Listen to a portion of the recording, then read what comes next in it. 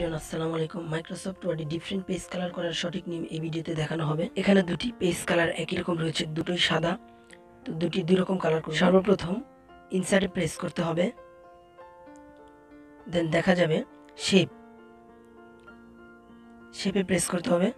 এখান থেকে যে কোনো আমরা একটি চুজ করে নিব, রেক্ট্যাঙ্গুলার, এটা আমি ইউজ করব। এখানে আমাদের একটি প্লাস চিহ্নের মতো আসবে। একটি পেজের শুরু থেকে আমরা শেষ পর্যন্ত ড্র্যাগ করব। ড্র্যাগ করে টানলে আমাদের সম্পূর্ণ পেজটি ব্ল্যাঙ্ক হয়ে যাবে, অর্থাৎ সাদা কালো হয়ে যাবে। এখানে যদি আমি কালার চেঞ্জ করি, সেক্ষেত্রে যে কালার আমরা ব্যবহার করব সেটি চলে আসবে। হলুদ ইউজ করা হলো। এবার মাউসের রাইট বাটন প্রেস করব। প্রেস করার সাথে সাথে এরকম একটি ইন্টারফেস শো করবে। এখানে দেখা যাবে অর্ডারে প্রেস করার সাথে সাথে সেন্ড টু বিহাইন্ড টেক্সট, এখানে প্রেস করলে অটোমেটিক সমস্ত লেখা আবার চলে আসবে, পেজটিও কালার হয়ে যাবে। এবার আমি অপর পেজটি কালার করব ঠিক একইভাবে। এই জন্য অ্যাট ফার্স্ট আমাদের আগের মতো ইনসার্টে যেতে হবে।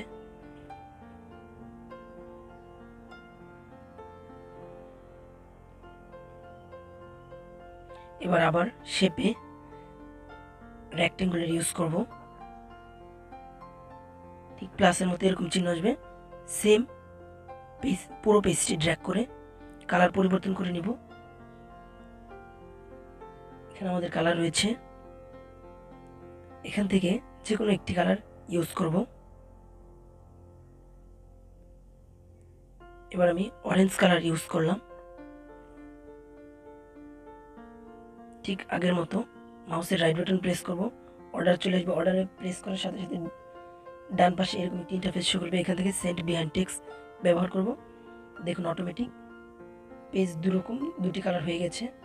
তো এইভাবে আমরা আমাদের পেজ কালার পরিবর্তন করব। তো ভালো থাকবেন। পরবর্তীতে অন্য কোনো ট্রিক্স নিয়ে আবার আপনাদের সামনে হাজির হব।